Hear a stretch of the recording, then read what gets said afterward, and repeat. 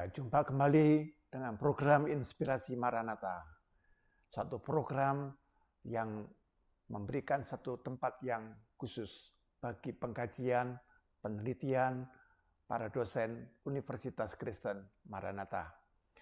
Mari kita awali pertemuan kita pada kesempatan ini, satu pertemuan yang saya kira sangat bermanfaat bagi saudara-saudara yang menyukai dengan sejarah, dengan histori. Mari kita bersama mengawali dengan doa. Bapa yang Maha Baik, yang adalah Allah yang terus berkarya dalam kehidupan umat manusia. Oleh karena itu di dalam Kristus kami mengimani Engkau adalah Allah sejarah. Allah yang berkarya di dalam peristiwa-peristiwa yang terjadi di dalam kehidupan sekitar kami, termasuk kehidupan kami. Kami mau belajar satu kajian tentang bagaimana nilai sejarah berpengaruh di dalam pemikiran-pemikiran yang sungguh dibutuhkan oleh masyarakat sebagai local wisdom. Kami percaya Engkau memberkati percakapan kami. Kami berdoa dalam kuasa-Mu, dalam nama Tuhan Yesus. Kami sudah berdoa. Amin. Ya, pada kesempatan ini kita akan membahas satu topik dengan narasumber ya. Bapak Dr. Ismet ya, Jainal Effendi. Ya. Nah, untuk mengenal beliau, saya kira lebih baik beliau yang Pak Ismet yang memperkenalkan diri. Ya. Pak Ismet bisa menceritakan tentang kapan, sudah berapa lama di Maranatha, lalu juga latar belakang pendidikan dan sebagainya, atau bidang yang Bapak tekuni. Silakan Pak Ismet. Ya. Terima kasih Pak Yohanes, Pak Pendeta Yohanes yang saya hormati. Halo, apa kabar semuanya? Nama saya Ismet Jainal Effendi. Saat ini saya sebagai dosen di program studi Seni Rupa Murni Universitas Kristen Maranatha. Aktivitas saya selain sebagai dosen adalah sebagai seniman, karena latar belakang pendidikan saya S1, saya dari studio lukis di FSRD ITB. Lalu S2 juga saya di Seni Rupa ITB. Dan S3 juga saya di ilmu seni rupa dan desain juga di kampus yang sama di ITB. Jadi yang saya kuasai memang wilayah seni rupa, ilmu-ilmu seni rupa. Itu yang saya geluti sampai saat ini. Saya masih berkarya, berpameran dalam dan luar negeri. Saya mulai berkarya dari tahun 94 sampai saat ini, berarti udah hampir 30 tahun ya. 30 tahun. Nah, lalu saya mulai bergabung di Maranatha sejak tahun 2006 berarti hampir 18 tahun mungkin ya, sudah bergabung di kampus tercinta saya ini. Ini adalah pelabuhan saya ya, Maranatha ini sebagai tempat saya berekspresi, tempat saya hidup, tempat saya tinggal, mendapatkan inspirasi termasuk dari Pak Pendeta dan termasuk dari acara ini. Saya pikir Maranatha akan lebih maju gitu dengan acara-acara yang penting seperti ini untuk mempublikasikan temuan-temuan dosen dari konteks penelitian atau riset untuk disebarluaskan dalam konteks populer seperti ini gitu, bukan hanya lewat karya-karya ilmiah seperti jurnal, buku dan lain-lain. Menurut saya ini penting, Pak. Ya, ya. Terima kasih sudah diundang sebagai narasumber di sini. Ya, Pak. Selamat untuk karya-karya Bapak ya. Ini Terima adalah kasih. karya-karya yang original sesuai dengan bidangnya seni murni. Ya, betul. Nah, Pak, Bapak menulis satu jurnal ya, saya kira menarik, judulnya simbol multikulturisme pada imaji hibrid vaksin Nagaliman Keraton Kanoman Cirebon, ya Pak ya. Ya. Nah, ini saya kira menarik ya, pemirsa ya, para sahabat Maranatha ya. Karena itu izinkan saya mengajukan pertanyaan, Pak. Oh, siap. Ya, di dalam tulisan Bapak menyebutkan bahwa mitos merupakan salah satu bentuk kebudayaan manusia yang diimplementasikan sejak dahulu dalam setiap pola hidup dan pola pikirnya. Betul. Ya. Lalu dalam kehidupan sehari-hari mitos juga, kita kalau mendengar kata mitos itu seringkali kita pahami itu tahayul begitu ya. Tahayul. Ya. Nah, sekarang pemirsa itu dan sahabat Maranatha itu ingin tahu itu ya. Apa ya bedanya antara ini mitos, ini tahayul begitu ya. Oh iya. Padahal di sini disebutkan merupakan mitos sebagai salah satu bentuk kebudayaan manusia. Betul. Nah, ini saya kira kajian yang menarik. Silakan Pak Ismet. Ya, terima kasih. Mitos sama tahayul, bahkan sama legenda biasanya disamaratakan gitu ya.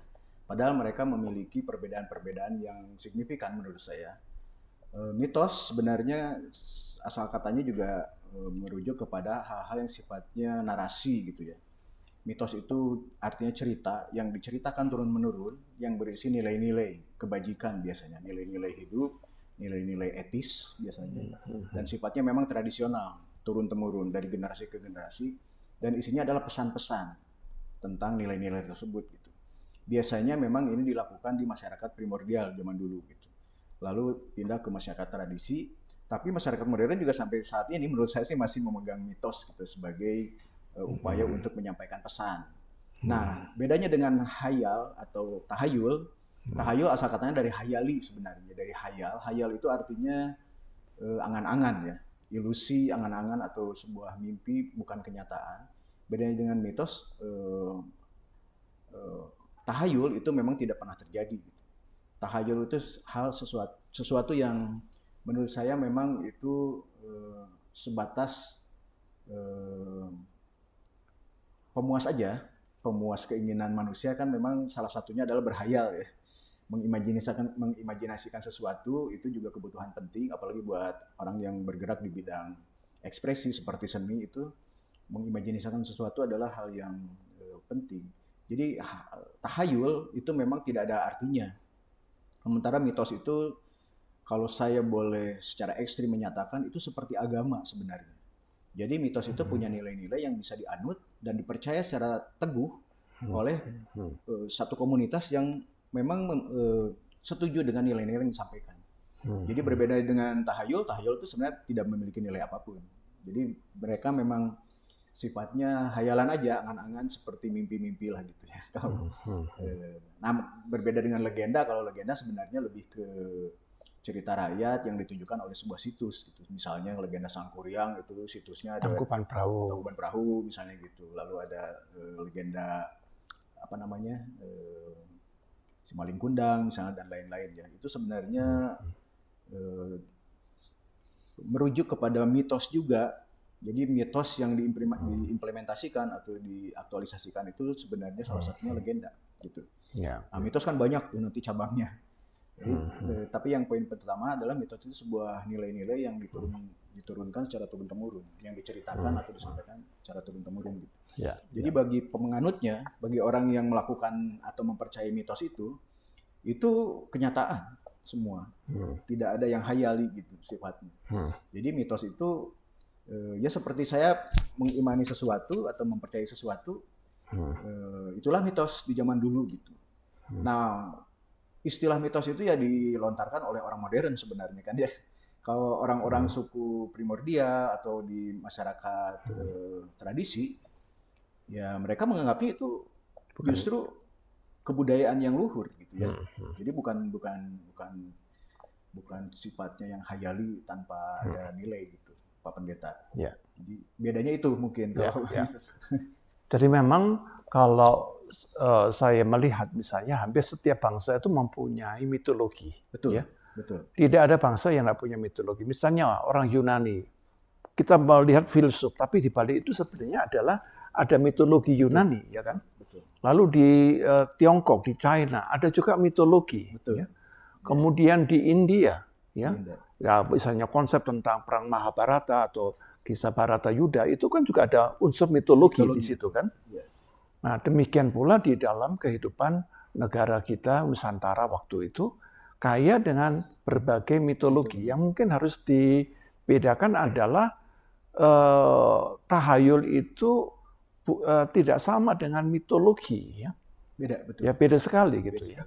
Tahayul itu merupakan, kalau saya tangkap dari apa yang Bapak kata, merupakan angan-angan atau gambaran-gambaran batin manusia yang sebenarnya tidak faktual. Tidak faktual, betul. Tetapi dalam mitologi itu bukan menekankan faktualnya atau tidak, tapi menekankan bahwa ada esensinya, ada nilainya.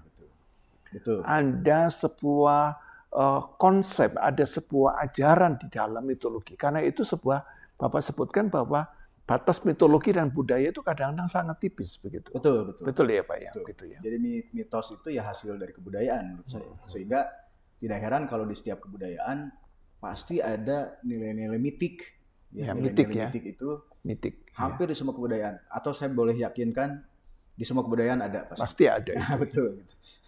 Ya, Karena memang dari itulah awal esensi manusia hadir di bumi ini berawal dari hal seperti itu justru. Ya, Hal-hal ya. yang sifatnya batiniah itu ya. Batiniah gitu.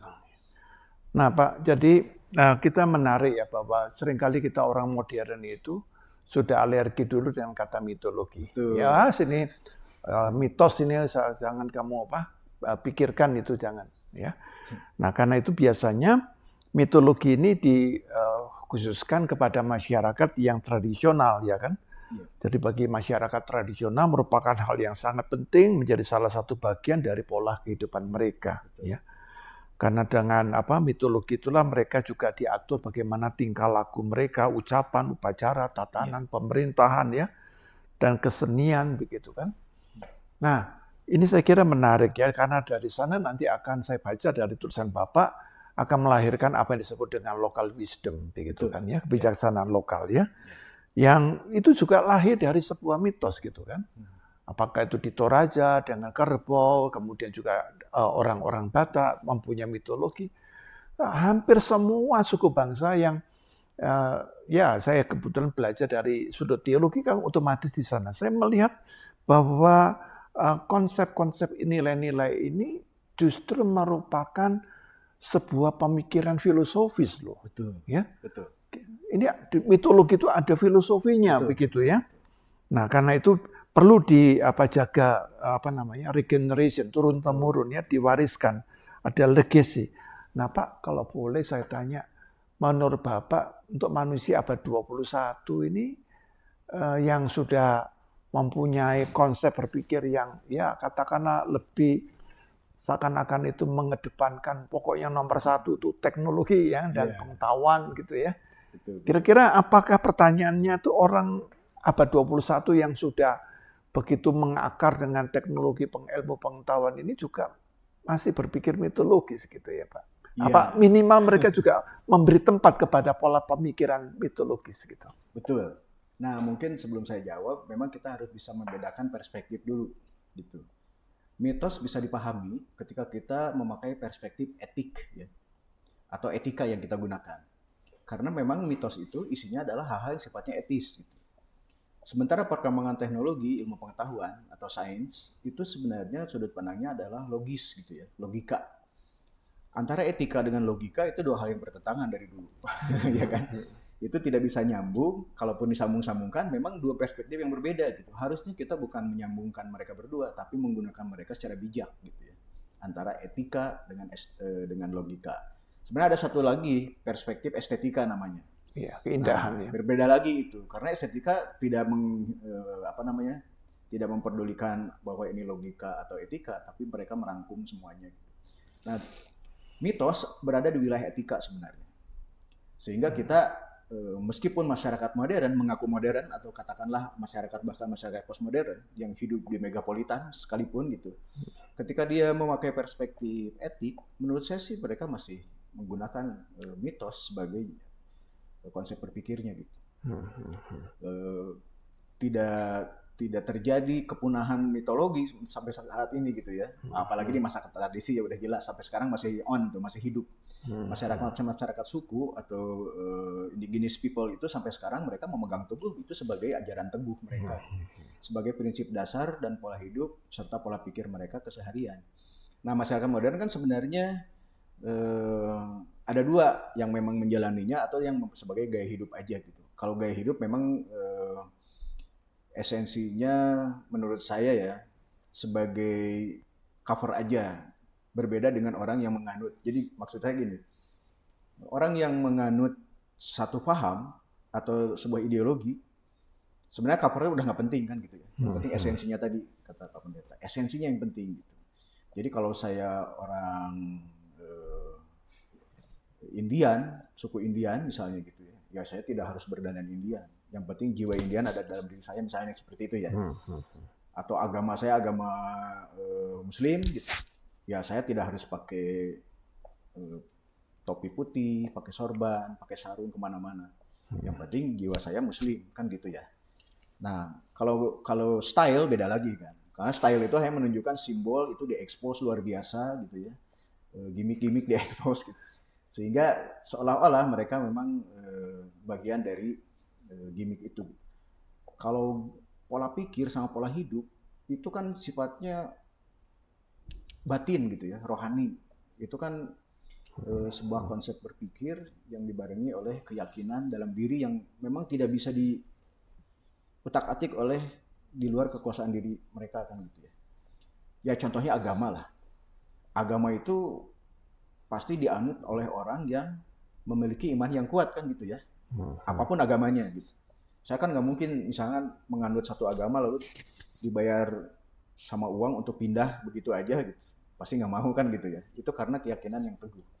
Nah mitos itu sebenarnya diyakini secara teguh oleh masyarakat tertentu ya seperti itu sama seperti masyarakat modern saat ini.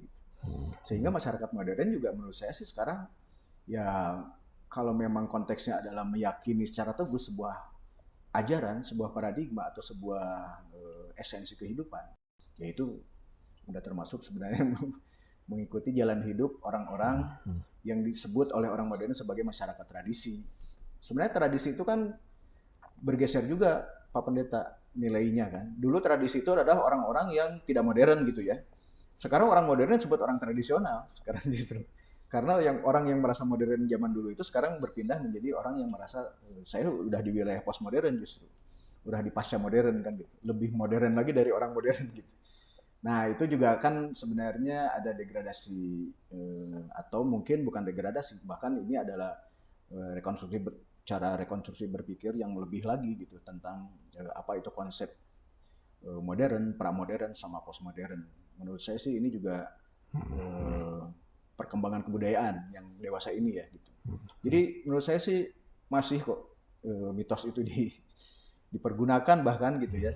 Ya kalau tahayul juga Pak, jangan kata mitos, tahayul digunakan sekarang kan tidak sedikit orang yang contohnya di Indonesia ini terutama orang yang mau naik jabatan misalnya gitu ya pergi ke dukun pakai cincin atau minum apa gitu. Nah kalau itu kan memang bukan mitos ya, itu yang tadi disebut tahayul itu. Kalau itu kan memang tidak ada nilai-nilai esensial yang memang berpengaruh terhadap pola hidup.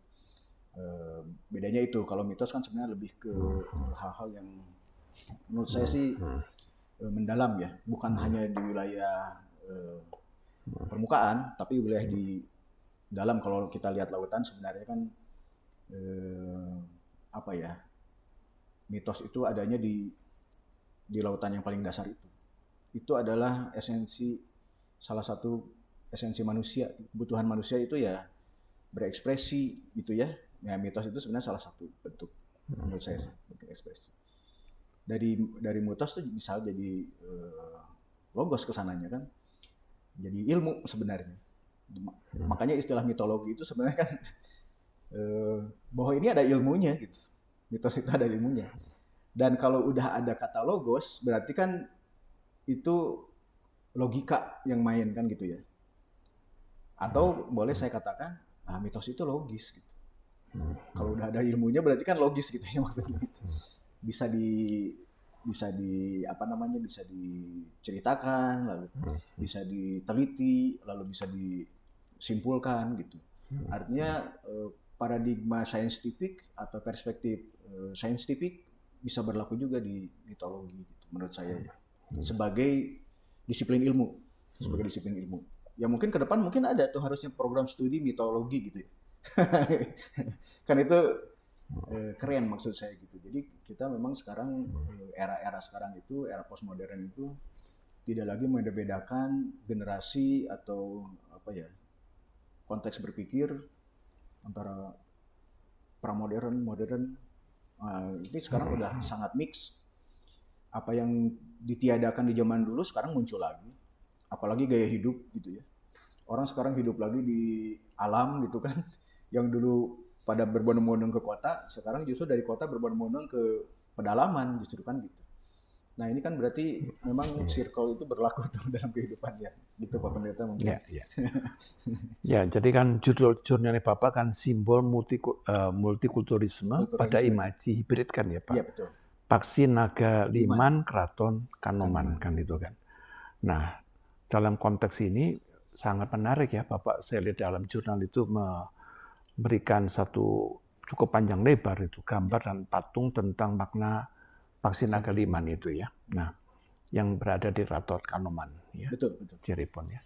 Nah, saya kira ini menarik ya. Mungkin kepada para sahabat Maranatha ini perlu mengenal itu apa itu ya, gambar atau patung Paksi Naga Liman. Naga Liman itu bagaimana itu Pak? Silakan Pak. Ya, Paksi Naga Liman itu kalau teman-teman pengen lihat gitu ya, mau lihat itu sebenarnya artefak kereta kencana. Itu kereta kencana di Museum Keraton Kanoman Cirebon. Jadi keraton itu ada di Cirebon itu ada yang Kasepuhan, ada yang Kanoman. Nah, Kanoman ini lebih muda usianya. Keraton yang lebih muda makanya disebut Kanoman. Anom itu artinya muda. Lebih muda. Keanoman. Nah, yang satu Kesepuhan itu memang lebih banyak artefaknya di sana. Tapi yang di Kanoman ini memang sedikit jumlahnya. Tapi usianya lebih tua, gitu. Jadi ya Pak ya. Kanoman tapi usianya lebih tua. Jadi menurut narasumber kami waktu itu benda-benda yang ada di Kanoman itu usianya lebih tua, sementara yang ada di Kesepuhan itu lebih muda. Masih muda gitu. Kok aneh ya Pak ya? Kenapa kok bisa begitu ya? Nah, itu ya secara sejarah katanya dulu ada antara adik dan kakak gitu ya. Jadi masing-masing jadi bikin keraton gitu karena ya, saya takut ya karena itu wilayah historik ya, misalnya sejarah. Takut salah juga, tapi yang saya dapat informasinya dari Pangeran Abdullah waktu itu kalau nggak salah namanya. Jadi dulu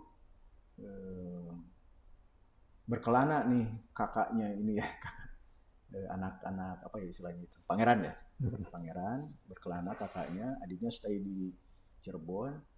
Nah lalu meninggal rajanya itu. Digantinya harusnya sama kakaknya. Nah, tapi kakaknya kan belum pulang tuh, disangkanya mungkin udah gimana. Jadi adiknya yang diangkat. Betul. Nah kakaknya pulang ternyata loh. Kok sudah jadi raja? Iya gitu.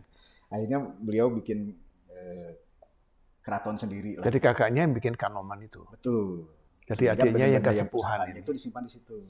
Gitu. Begitu. Jadi usianya itu emang udah sangat tua di situ ya. Nah itu adalah kereta kencana yang secara fisik itu keren banget menurut saya sebagai anak seni rupa ya.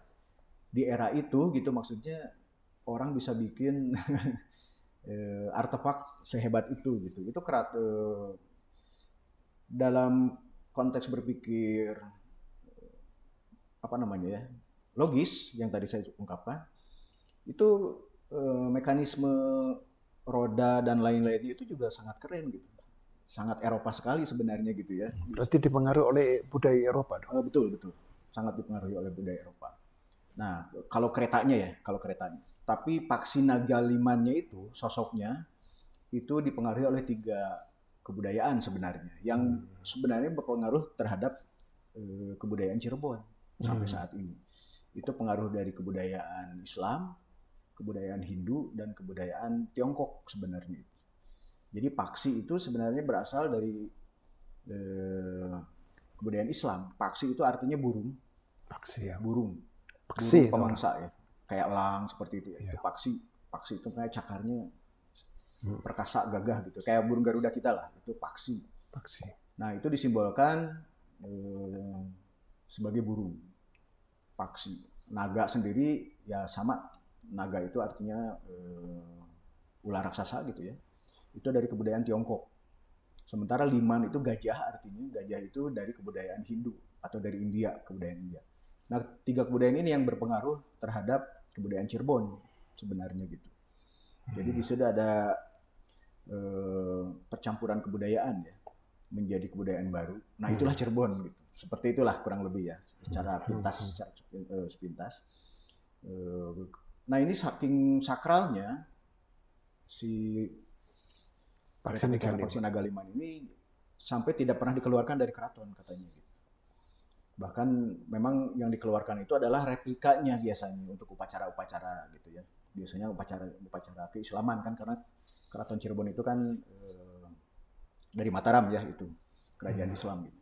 Nah itu Jadi yang aslinya itu di situ aja stay gitu, Pak. Jadi nggak pernah dikeluarin.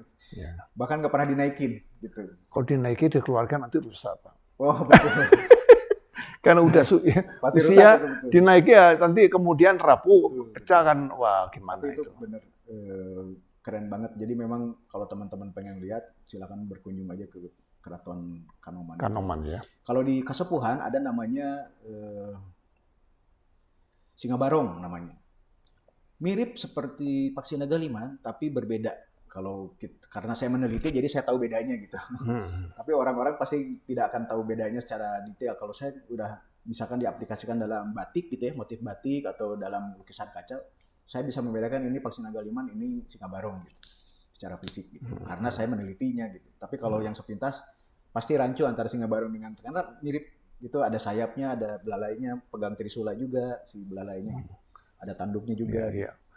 Kalau ada trisula berarti pengaruh dari senjatanya Wisnu itu. Betul, dari Hindu. Betul, dari kebudayaan Hindu. Jadi memang ini kan kereta kencana, memang cakra itu simbol pertahanan. Cakra simbol pertahanan. Betul, dari kebudayaan Hindu. Nah, sepintas mungkin gitu, Paksinaga Liman itu sebenarnya artefak yang berupa kereta kencana gitu ya. Jadi terbuat dari kayu solid gitu. Iya. Tapi bagus banget. Anatominya bagus, finishingnya juga bagus. Saya sebagai anak seni rupa sangat respect terhadap karya itu. Iya. Karena itu kok bisa membuat satu 3 budaya yang disimbolkan gitu. Jadi hibrid ya Bapak, istilahnya hibrid betul, itu kan. Bapak jemputnya multikulturisme itu kan. Multikultural. Lalu membentuk sebuah bentukan yang baru begitu. Betul. Bentukan yang baru. Multikultural itu kan sebuah konteks peradaban juga ya, di mana satu culture dengan culture yang lain bergabung gitu, sehingga dia sudah tidak bisa diidentifikasi ini kultur yang mana gitu kan, karena menjadi kultur yang baru gitu. Nah, dalam konteks kebudayaan itu disebut multikultural. Dalam visualisasi diwujudkan dalam bentuk makhluk hibrid gitu. Kan sebenarnya multikultural itu juga hibrid dalam konteks penggabungan dari budaya satu dengan yang lain. Nah, kalau makhluk hibrid antara makhluk satu dengan yang lain. Tadi Paksinaga Liman. Itu sebenarnya visualisasinya aja gitu. Tapi maknanya itu sangat dalam sih menurut saya gitu. Ya, kita pada segmen 1 ini sudah membahas cukup mendalam apakah itu apa yang disebutkan mitologi, yang kedua dengan Paksinaga Liman yang ada di Keraton Kanoman Cirebon ya. Dan tentunya kita akan ingin mengetahui lebih jauh lagi dalam segmen kedua, dan kita akan melanjutkan setelah informasi yang satu ini. This is the city of the creators. Here, young men and women were born. Maranatha Christian University.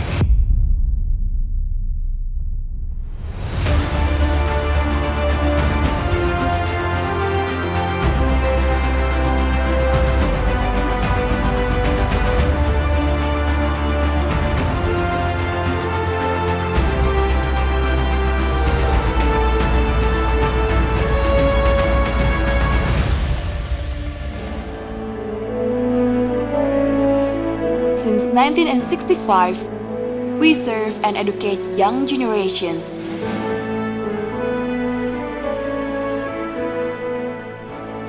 We instill value, build character, to create positive impact to the world. Maranatha Christian University. Ya, kita jumpa kembali dalam segmen kedua program Inspirasi Maranatha bersama dengan Bapak Ismet. Ya. Nah, Pak Ismet tadi dalam materi kita ini menarik ya, masih berkaitan dengan Paksinaga Liman ya. Tapi saya ingin dalam pertanyaan saya yang ini adalah Bapak bisa sedikit membuat anatomi ya, karena seni itu perlu juga dibedah gitu ya, supaya kita tidak tahu hanya garis besarnya, tapi juga perlu detailnya lah. Minimal garis besar dari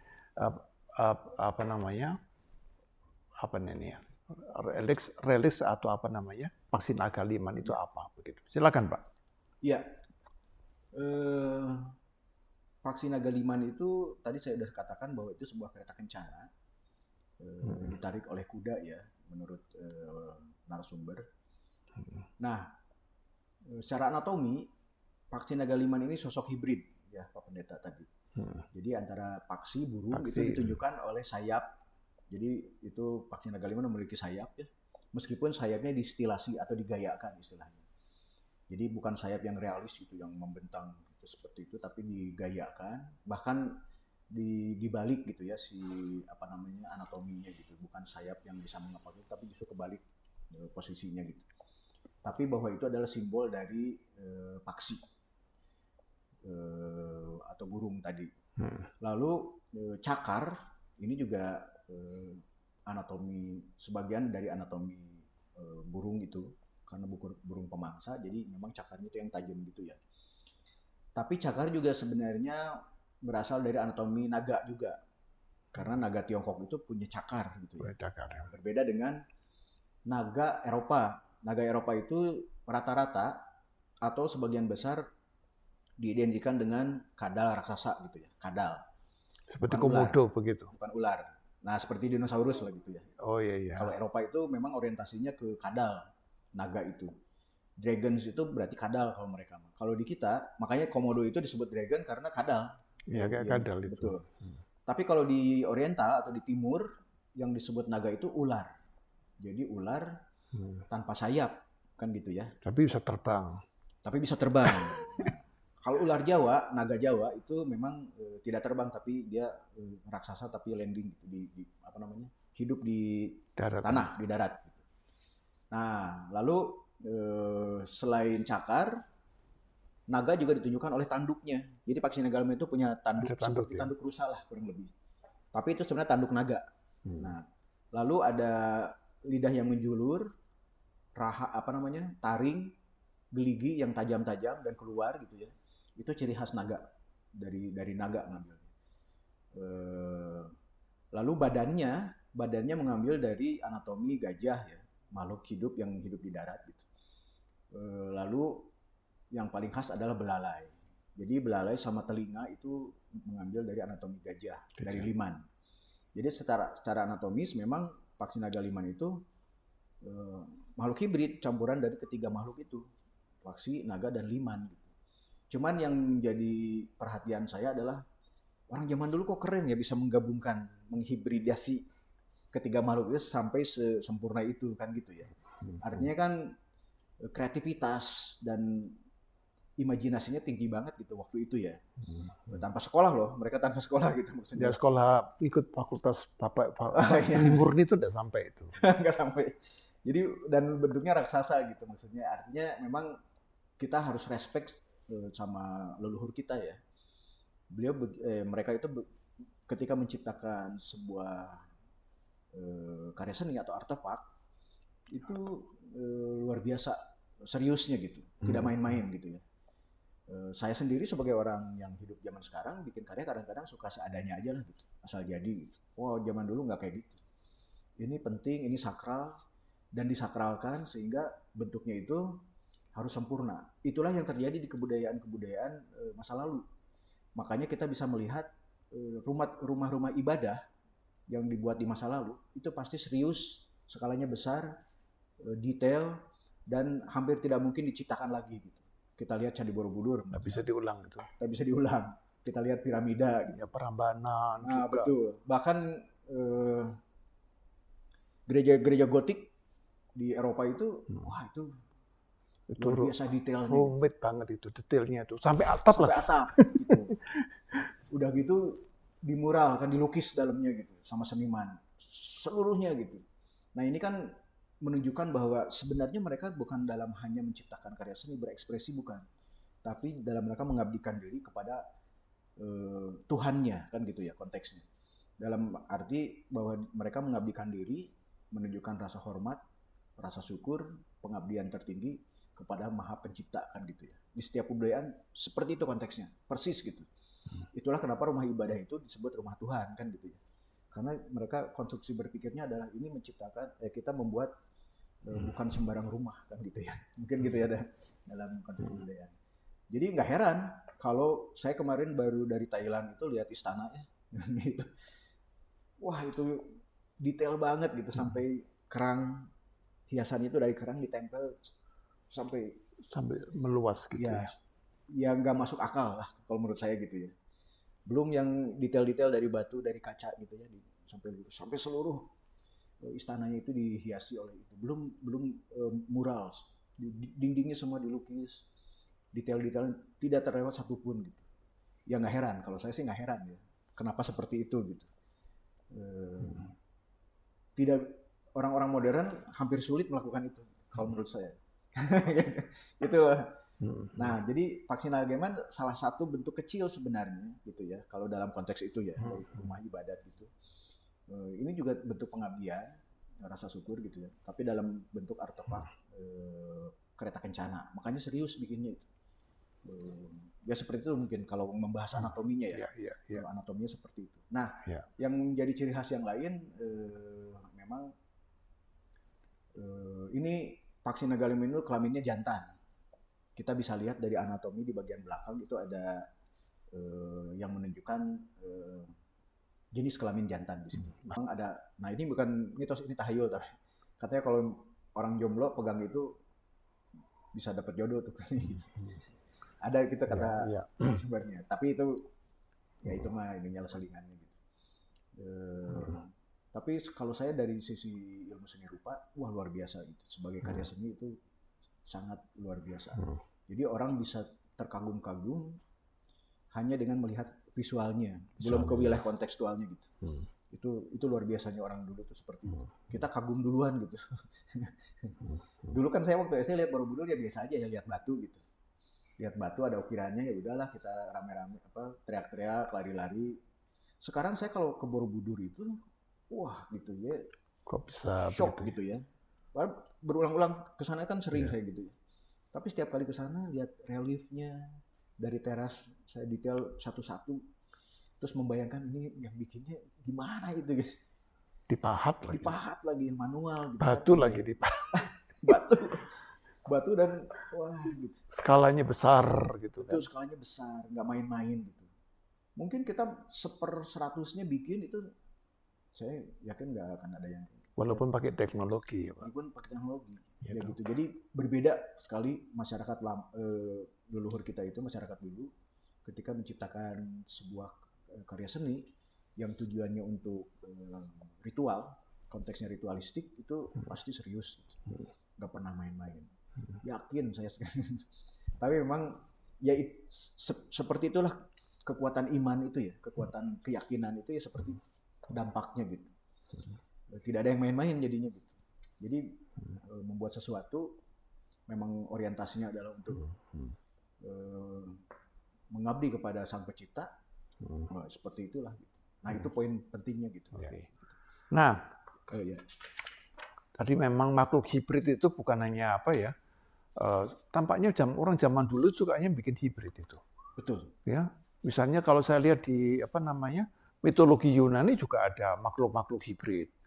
Waktu saya pergi ke Mesir juga coba ada itu, Sphinx itu kan juga makhluk hibrid itu juga. Betul. Nah, gitu contohnya ya. Nah, ini saya kira menarik ya, bahwa zaman dahulu itu bisa memadukan unsur-unsur yang berbeda menjadi satu kreasi yang baru. Betul. Ya.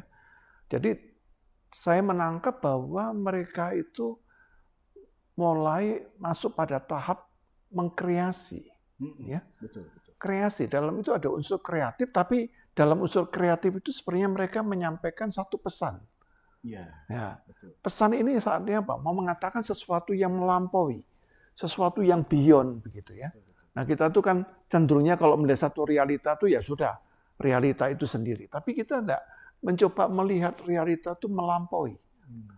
Padahal hidup ini adalah sesuatu yang dimensinya ya tidak semuanya, tapi seringkali hal-hal yang penting, yang sangat berarti itu selalu mempunyai dimensi melampaui. Betul. Setuju saya. Iya Pak ya. Nah, saya kira orang modern ini juga perlu itu untuk belajar berpikir beyond thinking. Ya, saya nyebut. Iya betul. Beyond thinking gitu ya. Atau dalam filsafat namanya transcendental thinking. Iya. Ya. Betul. Jadi ada unsur transendental, jadi Betul. yang melampaui gitu ya. Betul. Nah, dengan melampaui itulah kita bisa memaknai, ya, menafsirkan, merespon peristiwa-peristiwa yang ada itu dengan makna yang lebih mendalam, begitu. Tidak hanya makna yang yang sifatnya literal, ya, yang literal, tapi ada sesuatu yang simbolik itu yang kita lebih ingin kita angkat, begitu. Betul. Ya. Setuju saya, Pak Pendeta. Nah, Pak, ini Pak ada satu hal yang menarik ya. Ya.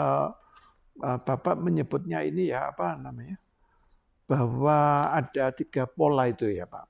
Historik, diakroni gitu kan ya. Ya. Nah ini mungkin Bapak boleh jelaskan sedikit tentang apa yang disebut dengan historis diakronik gitu ya Pak ya. Karena nanti saya juga mau menanyakan itu bedanya dengan sinkronik itu gimana nanti. Iya. Jadi maksudnya gini, historik diakronik itu bahwa satu konteks kebudayaan ini secara sejarah terbentuknya seperti apa sih gitu ya. Nah, Paksi Nagaliman itu sebenarnya menunjukkan itu, mencoba untuk mengungkap bahwa sebenarnya Paksi Nagaliman ini kan sebenarnya simbol dari Cirebon itu sendiri atau simbol dari kebudayaan Cirebon itu sendiri. Nah, secara historik tadi juga sempat saya bahas sepintas, secara historik memang Cirebon ini adalah pelabuhan ya, kota pelabuhan gitu. Di mana berlabuhnya beberapa kebudayaan mungkin lewat jalur perdagangan tentu saja gitu. Nah, ini yang sangat berpengaruh terhadap penduduk setempat waktu itu gitu. Sehingga terjadi semacam akulturasi atau pencampuran kebudayaan. Nah, ada 3 kebudayaan memang di situ yang sangat berpengaruh secara historik gitu ya. Pertama adalah kebudayaan Islam lewat pedagang-pedagang Mesir katanya gitu. Itu ditunjukkan dengan di Paksi Nagaliman itu ditunjukkan dengan paksi Islam itu. Karena Islam memiliki konsep konsep transenden. Kita bisa lihat dalam sejarah agama Islam itu ada yang disebut dengan Isra Mi'raj. Mungkin Pak Pendeta pernah tahu. dengar. Maksudnya Isra itu kan perjalanan horizontal, tapi Mi'raj itu adalah perjalanan yang vertikal. Itu tujuannya adalah transendensi gitu ya, ke atas gitu, langsung ke al-halik atau sampai cipta gitu ya. Nah, Islam itu memiliki konsep seperti itu, sehingga Islam itu disebut sebagai agama langit gitu ya, karena berdasarkan wahyu, sama seperti Kristen atau Yahudi gitu. Judaisme dan Kristen itu dan Islam itu kan disebut agama langit ya, karena bersumber dari wahyu melalui Abraham, makanya disebut agama-agama Abrahamik gitu ya. Nah, disimbolkan dengan burung, karena burung berada di langit gitu ya. Dia adalah penguasa dunia atas gitu istilahnya, atau alam transenden atau alam spiritual gitu. Itu Islam disimbolkan dengan burung. Nah, lalu kebudayaan yang kedua adalah naga. Naga adalah kebudayaan dari Tiongkok ya, dari China gitu, negara China. Itu disimbolkan dengan naga. Kalau dalam Paksi Nagaliman itu disimbolkan dari mata yang melotot gitu ya, lidah terjulur, lalu ada taring keluar, itu khas naga Tiongkok banget gitu. Lalu ada tanduk sama cakar. Itu yang menjadi kekhasan di Paksi Nagaliman dari anatomi naga yang dibawa oleh kebudayaan Tiongkok gitu ya. Yang terakhir adalah liman itu sendiri. Liman itu artinya gajah. Nah, gajah sebenarnya kebudayaan dari Hinduisme gitu ya, dari India, dari pedagang-pedagang India yang masuk ke Cirebon. Itu ditunjukkan dengan tubuh yang gempal besar gitu dan hidup di darat gitu. Itu juga sebenarnya di pembahasan saya selanjutnya itu sebenarnya simbol dari alam materi gitu ya, atau alam dunia dunia tengah gitu. Yang tadi itu yang paksi itu dunia atas ya. Liman itu dunia tengah atau dunia materi, sementara naga itu dunia bawah kan gitu. Nah, itu mungkin secara historik seperti itu Paksi Nagaliman itu. Jadi adanya akulturasi yang Ya, kuat ya. dari ketiga kebudayaan itu, Pak Pendeta. Ya. Memang kata diakronik itu kan tampaknya berakar pada kata kronologi ya. Jadi Betul, secara waktu. dari ada satu fenomena dari waktu ke waktu, Betul. begitu kan? Ya. Dan diakronik itu kalau kita lihat itu selalu lintasannya waktunya panjang gitu. Iya, Ya, betul. lintasannya jangka panjang gitu kan. Betul. Dan sebenarnya di dalam hal itu menarik kalau diakronik itu ada sebuah bagian yang seringkali orang lupa, yaitu ada nilai perubahan dan proses. Betul. Gitu kan. Betul. Nah, karena itu kalau saya tangkap tadi mempertajam apa yang Bapak katakan tadi ya. Ya, betul. Nah, mungkin bisa dijelaskan sedikit Pak, kalau yang sinkronik tadi yang bagaimana Pak ya? Nah, yang sinkronik itu yang tadi saya singgung, bahwa ini lebih ke wilayah pembagian dari dunia dalam masyarakat tradisi. Jadi masyarakat tradisi percaya bahwa sebenarnya kita hidup harus seimbang di antara tiga dunia yang kita jalani. Pertama adalah dunia atas. Itu artinya alam spiritual, alam lahut disebutnya, atau alam transenden. Itu wilayah ilahiyah gitu ya. Lalu ada dunia tengah atau dunia real sekarang yang kita hidup, dunia nyata atau dunia materi. Dunia faktual saat ini gitu. Yang terakhir adalah dunia imajiner atau dunia bawah gitu. Itu hal-hal yang sifatnya hayali tadi, imajinasi, dunia bawah tanah, dosa, apalagi itu di sana hal-hal yang dianggap kita buruk itu di alam bawah sadar kita itu ada di dunia bawah sebenarnya. Ini tiga-tiganya penting gitu. Bukan berarti mementingkan negasinya, bukan, tapi bahwa ini adalah harus ada dalam tubuh kita dan seimbang gitu. Nah, kalau saya kan menganggapnya karena saya implementasinya ada ke karya seni, saya refleksikan ke keadaan saat ini. Saat ini kita lebih tinggi mana antara sisi spiritualitas kita dengan materialistik? Lebih tinggi materi menurut saya sih gitu. Orang sekarang mengejar-ngejar materi yang saya lihat gitu ya, dimanapun gitu. Tidak ada lagi orang-orang yang sekarang bersemedi misalnya gitu, kontemplasi, merenung tentang ilahi misalnya gitu ya, tentang alam nanti yang setelah kita meninggal atau gimana, sangat sedikit gitu, yang sadar ke arah sana. Banyak kan sekarang mengumpulkan harta, jabatan, tahta gitu ya, lalu makan juga serakus-rakusnya, apa yang bisa dimakan di depan mata, kalau bisa dihabiskan. Nah, ini adalah sisi-sisi gelap sebenarnya dari yang ingin diungkapkan oleh Paksi Nagaliman tadi. Jadi Paksi Nagaliman itu kalau saya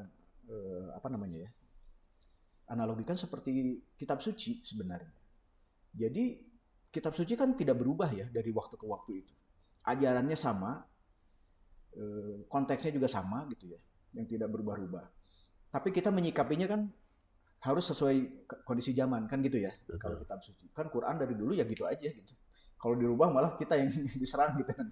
Nggak boleh kan, kita namanya kitab suci itu nggak boleh dirubah. Isinya juga tetap sama, teksnya sama gitu. Konteksnya setelah diterjemahkan juga atau ditafsir juga kurang lebih sama gitu ya. Tapi implementasinya ke kondisi sekarang kan itu yang berbeda gitu. Bagaimana kita menyikapi sebuah teks suci itu gitu ya. Nah, sebenarnya yang disampaikan oleh leluhur kita lewat Paksi Nagaliman sama aja ajarannya seperti itu di Paksi Nagaliman itu, bahwa kita harus seimbang. Ketika kita seimbang antara dunia atas, tengah dan bawah, nah itulah yang sinkronisasinya di situ. Itulah yang membuat kita menjadi kuat gitu. Itu yang menjadi kuat, baik sebagai masyarakat komunal maupun masyarakat individual. Itu nilai luhur, itu nilai suci, sampai sekarang masih tetap harus seperti itu kan gitu ya, untuk kita menjadi manusia yang utuh gitu. Insan kamil kalau dalam Islam gitu ya istilahnya. Nah, sama ajarannya kurang lebih sama lah gitu ya. Mungkin saya yakin sekali di Kristen juga pasti sama, di Buddha, Hindu apalagi ya, negara bumi itu pasti wilayah-wilayah itu kan sangat digali gitu. Konteks seperti itu gitu, bahwa ini ada dunia. Cuman disimbolkan dengan Paksi Nagaliman. Sebenarnya itu tentang urusan spiritual, material, sama urusan-urusan yang di bawah sadar itu. Imajinasi dan lain-lain segala macam itu yang tidak kasat mata lah kasarnya gitu. Nah, ini harus seimbang. Kalau ini bisa seimbang, kita menjadi sesuatu, menjadi entitas yang teguh gitu ya, yang kuat. Nah gitu mungkin kalau bisa saya jelaskan Pak Ya. Pendeta. Jadi memang tadi kita belajar yang diakronik itu adalah sesuatu yang berubah dari waktu ke Dari waktu. Ya. gitu. Kalau yang sinkronik itu lebih cenderungnya itu tidak berubah. Jadi waktu itu tidak dipahami sebagai sesuatu yang terus bergerak, Betul. tapi pada sesuatu yang sifatnya tunggal gitu. Betul. Ya. Betul. Jadi waktu itu tunggal. Dan yang kedua kalau saya tangkap adalah tunggal di sini mau mengimbangi, kalau sana banyak bergeraknya, berubahnya, kalau di sini tidak berubah, ya. Jadi statis tapi dalam arti positif gitu, ya. Ya betul. Bukan statis yang orang stagnan pemalasan, gitu, bukan. Statis dalam arti dia ada sebuah yang nilai yang tidak boleh berubah, Betul. yang tidak boleh Harus teguh gitu. ya harus ganti-ganti begitu kan, ya. Betul. Nah ini Betul saya kira sekali. menarik gitu kan. Betul. Nah karena itu di dalam mempelajari satu nilai itu antara yang diakronik dan sinkronik ini harus seimbang Harus gitu, seimbang, ya. betul. Bahwa kita harus juga memperhatikan proses waktu, tapi juga ada sesuatu yang tidak boleh kita ubah-ubah. Betul. Gitu ya. Betul. Kalau kita ubah nanti tercabut semua akarnya kan gitu Nah, kan. itu betul. Ya, nanti kan bahaya sekali. Lalu orang kehilangan itu ya. Betul. Pijakannya itu berbahaya sekali itu. Betul. Ya. Fondasi, esensi itu Itu harus- bahaya banget itu. Betul. Dan di situ dari pertanyaan Bapak yang ketiga itu adalah berkaitan dengan tadi yang diakronik, kemudian sinkronik, kemudian di sini adalah simbolik ya Pak ya. Simbolik, betul. Nah, mungkin bisa dijelaskan tentang simbolik atau yang disebut juga dengan karakteristik ya. Ya, simbolik. Dalam hal ini paksi naga lima. Ya, silakan Pak. Ya, betul. Nah, kalau dalam sisi simbolik, paksi Nagaliman ini sebenarnya upaya untuk menyeragamkan pola pikir dan pola hidup masyarakat Cirebon ya. Dari narasumber saya waktu itu bilang bahwa kita lihat burung itu kan bebas berkelana kemana-mana gitu ya, berpetualang, harus seperti itu jadi manusia gitu ya. Jadi masyarakat Cirebon secara khusus tapi secara kompleks menjadi manusia itu ya kita harus bebas pergi kemanapun gitu ya, berkelana, bisa lihat dari perspektif atas, dari datar gitu ya, dari bawah, seperti burung lah, seperti itu gitu. Kita bisa sebebas itu, tapi kita memang harus memiliki tanggung jawab gitu ya. Itulah kenapa burung elang itu kan sebenarnya salah satu burung yang setia ya disebutnya, setia terhadap satu pasangan. Pasangannya. Betul. Kawin seumur hidup. Seumur hidup. Nah itu monogamis. Betul. Sejago-jagonya dia gitu berkelana kemana-mana, tapi dia balik lagi ke sarangnya untuk bertanggung jawab terhadap rumahnya misalnya gitu ya, dalam tanda petik. Lalu lihat gajah gitu. Gajah atau liman itu dia penguasa daratan. Sekarang makhluk terbesar di darat. Tidak ada yang mengalahkan gitu. Dia gagah berani, tidak ada yang bisa ngelawan dia, siapapun gitu. Tapi dia perangannya kan tidak sebuah singa gitu. Tidak seperti harimau misalnya gitu ya. Gajah itu kalem kan, perangannya kalem gitu. Jalan juga pelan gitu, jarang lari lah. Nah manusia itu harus seperti itu. Kita memang berkuasa gitu. Kita memang punya segalanya misalnya gitu.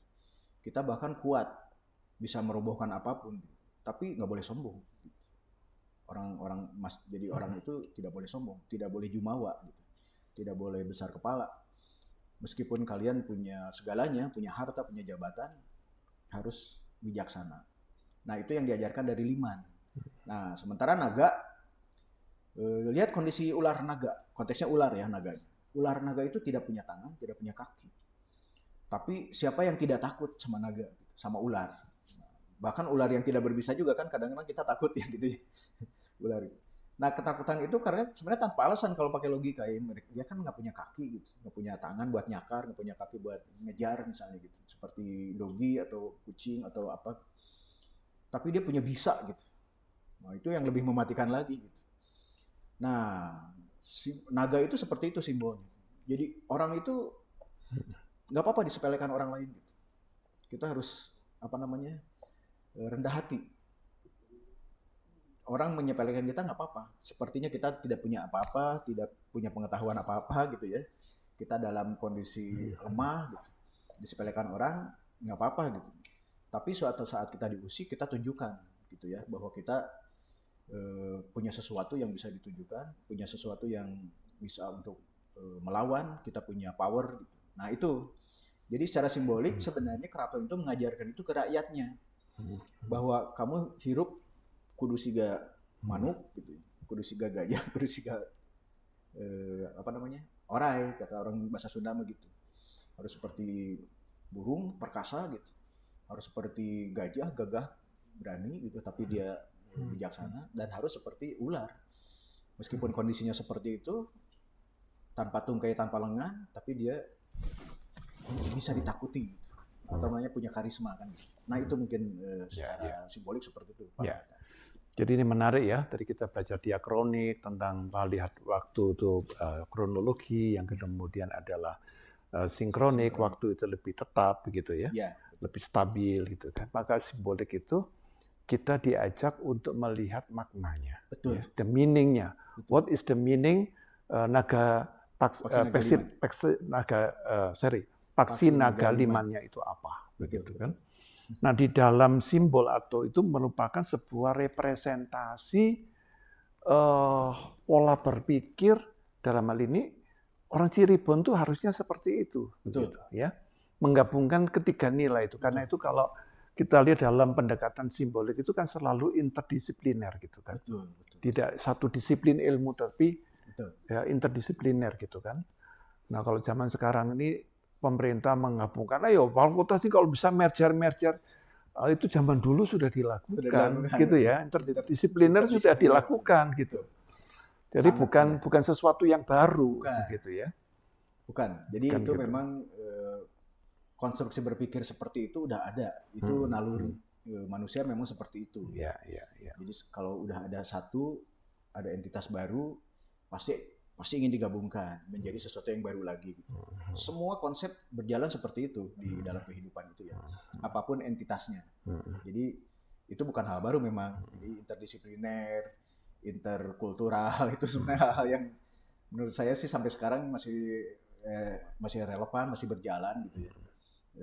Cuman memang cara penyampaiannya yang berbeda-beda aja gitu. Kalau sekarang mungkin lewat akademi ya, lewat perguruan tinggi. Kalau dulu lewat ini imaji mitos ini. Imaji mitos ini disampaikan, kita harus merenungkannya gitu ya. Jadi ada tahapan kontemplasi perenungan terhadap sebuah karya seni hasil ciptaan leluhur itu, untuk digali nilai-nilainya, diterapkan dalam diri, lalu diimplementasikan. Sama seperti agama sebenarnya. Kita kan lihat kitab suci untuk direnungkan kan gitu. Nilai-nilainya diserap dalam tubuh kita, lalu implementasikan, itu yang paling penting. Jangan sampai direnungkan aja gitu. Tapi kan sebenarnya implementasinya kan sebenarnya kenapa orang beragama itu harusnya seperti tadi, seperti burung, seperti gajah, seperti ular dalam satu entitas. Gitu. Sama sebenarnya gitu ya. Kita nggak boleh sombong, ada di semua ajaran agama. Kita nggak boleh jumawa, semua ada gitu. Kita nggak boleh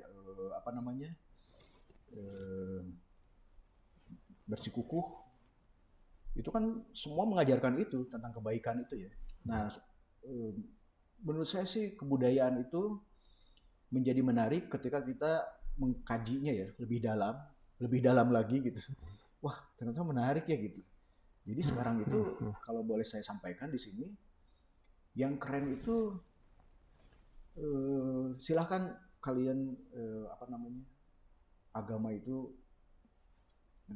pilih gitu ya, dipilih. Tapi ketika kita pilih salah satu, kita jalankan ritualnya, kita berada di sana dengan konsekuensinya misalnya gitu ya, dan kita hidup berdasarkan nilai-nilai baik dari yang diajarkan oleh agama itu. Itu yang paling bagus menurut saya. Jadi bukan karena ajarannya sama, menurut saya sih sama ya. Kalau saya sih punya keyakinan seperti itu. Saya mendalami Islam, terus saya lihat Pak Pendeta ya, ceramah-ceramahnya. Nah ini Islami gitu ya menurut saya. Kan suka gitu. Saya dengarkan Romo, saya dekat dengan Pak Romo Fabi ya yang di Unpar itu. Saya dengarkan gitu. Ini sama Romo, saya bilang. Ini beda konteksnya aja, maksudnya istilahnya mungkin beda ya istilahnya. Tapi ini juga kan istilahnya beda. Ini Paksi Nagaliman istilahnya gitu. Padahal sebenarnya diajarkan tentang 3 hal ini gitu. 3 tentang spiritual kita penting, tentang alam materi juga kita hidup memang harus memenuhi kebutuhan itu ya. Lalu tentang wilayah-wilayah di luar itu semua, itu juga penting gitu. Sehingga setelah aktualisasi diri kita berlangsung dan selesai, kita maju ke wilayah transendensi diri. Nah itu semua ajaran yang saya baca sama arahnya ke sana gitu. Kalau dalam Islam ada istilah tasawuf. Tasawuf itu puncak tertingginya adalah makrifatullah. Makrifat itu ya menuju ke ilahiyah gitu, sama. Moksa itu dalam ajaran Hindu juga sama. Itu kan ke atas semuanya gitu ya, arahnya gitu. Moksa, nirwana. Ah, betul. Itu kan sampai. Betul ya, ya. Ya saya bukan ahli agama, tapi maksud saya dalam kebudayaan itu agama salah satu bentuk kebudayaan yang paripurna gitu ya. Setelah yang lain ada bahasa, ada seni, ada ekonomi, politik dan lain-lain. Nah, ini kan sebenarnya hal-hal yang dari dulu ternyata orang dulu udah punya kesadaran yang hebat gitu ya Pak Pendetanya. Keren menurut saya sih gitu. Ya. Kita sudah masuk ini segmen yang sudah kedua, tapi dan kita akan lanjutkan segmen ketiga setelah informasi yang satu ini. Oke.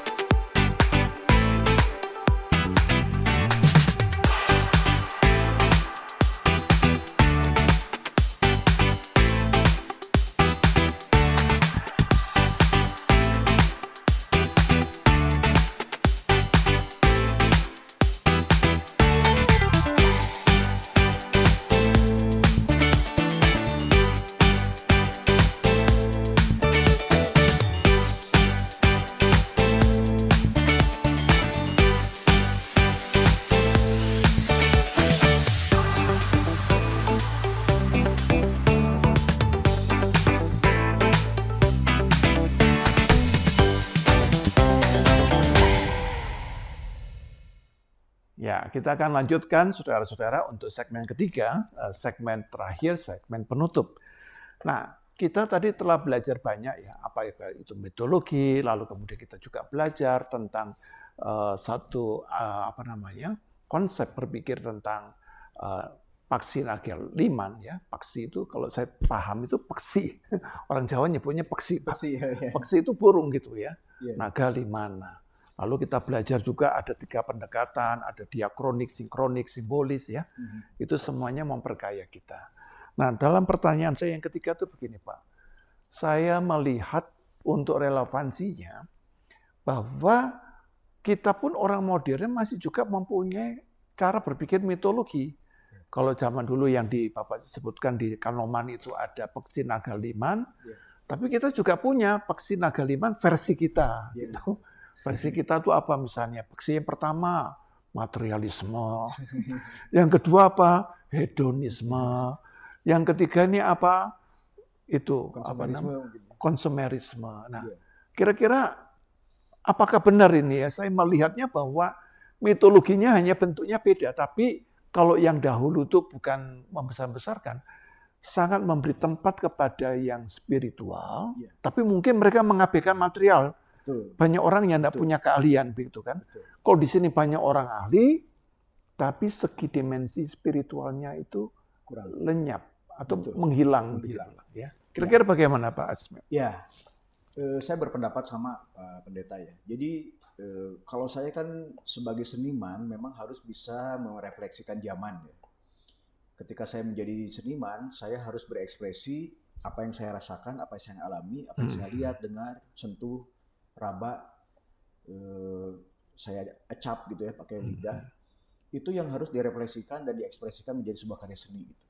Saya melihat masyarakat secara kompleks ya, secara global, bukan hanya ada di Bandung, Jawa, Indonesia atau Asia, tapi secara kompleks. Memang mitologi itu masih on kok sampai sekarang gitu ya. Cuman memang itu pesan-pesan leluhur atau kepercayaan di zaman dulu itu kan sebenarnya antara meminta gitu ya, atau menuntut kita untuk menyeimbangkan antara sisi yang tadi saya bilang, antara spiritual, material, dengan hal-hal di luar itu yang memang di bawah kuasa kita, di bawah sadar gitu. Itu harus seimbang gitu. Itu harus. Kalau enggak, kamu akan miring ke kanan atau miring ke kiri gitu ya, entah gitu mana yang lebih berat. Nah, cuman yang saya telaah sekarang justru itu tadi benar poinnya kata Pak Pendeta, kita lebih cenderung ke sisi ini nih, dunia tengah ini. Dunia tengah itu isinya adalah itu materialistik, ya, konsumtif gitu ya, Hedonisme. hedonik. Itu yang terjadi memang tidak bisa dipungkiri, apalagi kita hidup di perkotaan, kita di masyarakat urban, itu sangat kentara banget gitu. Kita sudah sangat sedikit yang mengindahkan gitu ya, atau memperhatikan sisi spiritualnya. Itu sangat minim, bahkan hilang, betul, bahkan hilang.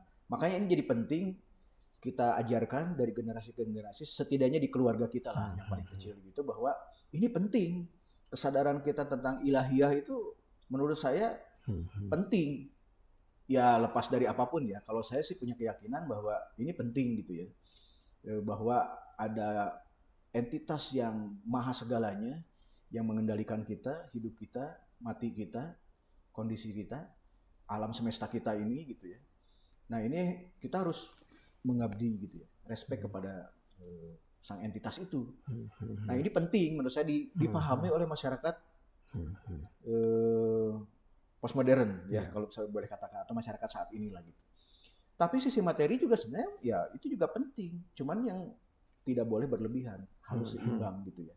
Nah makanya dalam karya seni saya itu saya menciptakan Paksi Naga Lima dengan perutnya yang buncit.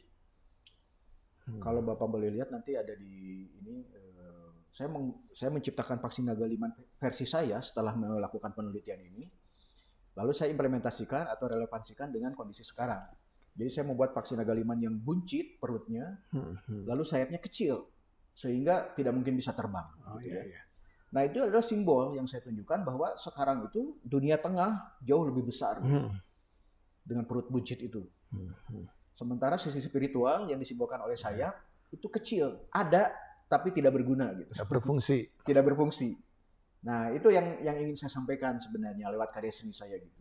Sehingga saya menciptakan karya itu di waktu itu program doktoral saya. Secara visual saya meminjam esensi atau ajaran dari Paksi Naga Liman secara utuh, tapi saya ekspresikan dikaitkan dengan kondisi sekarang.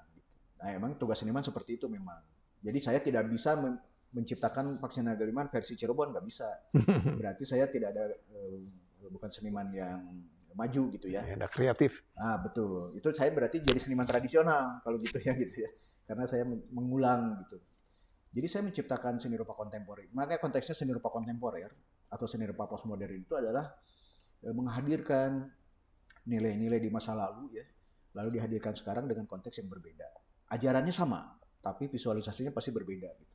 Nah, kenapa saya bisa menciptakan karya itu? Karena hasil penelitian. Kalau saya belum meneliti, saya nggak mungkin bisa menciptakan itu. Jadi saya simpulkan, Paksi Naga Lima ini adalah sebuah ajaran yang diturunkan nilai-nilainya ini, nilai-nilai ajaran ini secara tradisional gitu ya, dari masyarakat tradisi, dalam konteks ini adalah keraton, Kanoman, Cirebon, untuk mengajarkan masyarakatnya supaya hidup seimbang, gitu, harmonik, menjadi masyarakat yang madani, kalau jadi individu menjadi insan yang kamil gitu. Nah ini ajarannya kan bagus, maksud saya, ajarannya bagus. Nah itu adalah dakwah versi mereka gitu. Kalau boleh dikatakan dakwah, itu kan dakwah versi mereka seperti itu gitu. Tidak terucap secara verbal, tapi secara visual. Jadi pakai bahasanya bahasa visual. Nah gitu. Nah ini menurut saya, wah makanya saya kagum banget dengan artefak-artefak yang ada di Nusantara ini ya, khususnya Paksi Naga Lima ini. Ini cerdas banget berarti. Bagaimana mereka menanamkan nilai-nilai itu secara evolutif gitu. Tidak secara revolutif. Kalau revolutif kan mendadak, frontal, tergesa-gesa, frontal. Nah ini pelan-pelan tapi turun-temurun, dipegang teguh gitu kan, tidak bisa dihancurkan gitu kan. Kalau ada hancurkan ada perlawanan. Nah ini sampai saat ini masih terjaga itu nilai-nilai. Nah itu hebatnya Pak Pendeta menurut saya sih, relevansinya antara nilai-nilai di masa lalu dengan sekarang. Nilai-nilainya masih tetap sama menurut saya sih, cara penyampaiannya yang berbeda gitu. Gitu. Kita aja.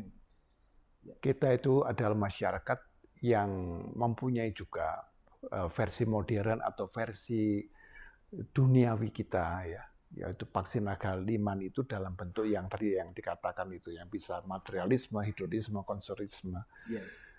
Semua materi itu bermanfaat, tapi kita harus mampu untuk tidak melekat. Betul. Nah, jadi Yeah. orang punya materi tidak masalah, tapi jangan melekat. Betul. Nah, tidak melekat tidak kemelekatan inilah yang poin penting yang mau dikatakan oleh Paksinagaliman tadi. Betul. Gitu ya. Bagaimana mereka tetap mempunyai satu orientasi spiritual yang tetap kaya. Betul. Ya.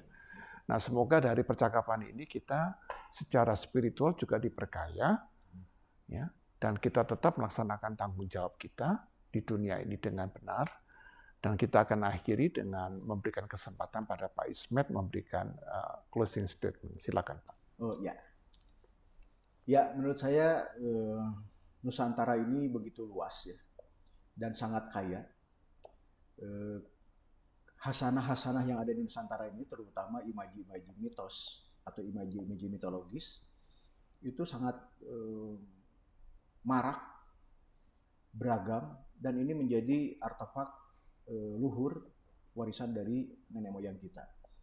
Menurut saya ini perlu dilestarikan dan perlu dikaji makna-maknanya, makna filosofisnya, makna simboliknya, lalu diimplementasikan ke dalam disiplin ilmu masing-masing gitu. Kalau dalam konteks saya berarti ke dalam ilmu seni rupa gitu. Saya bisa mengekspresikan karya seni dengan modal dari data-data dari hasil penelitian dan mendapatkan nilai-nilai tersebut gitu.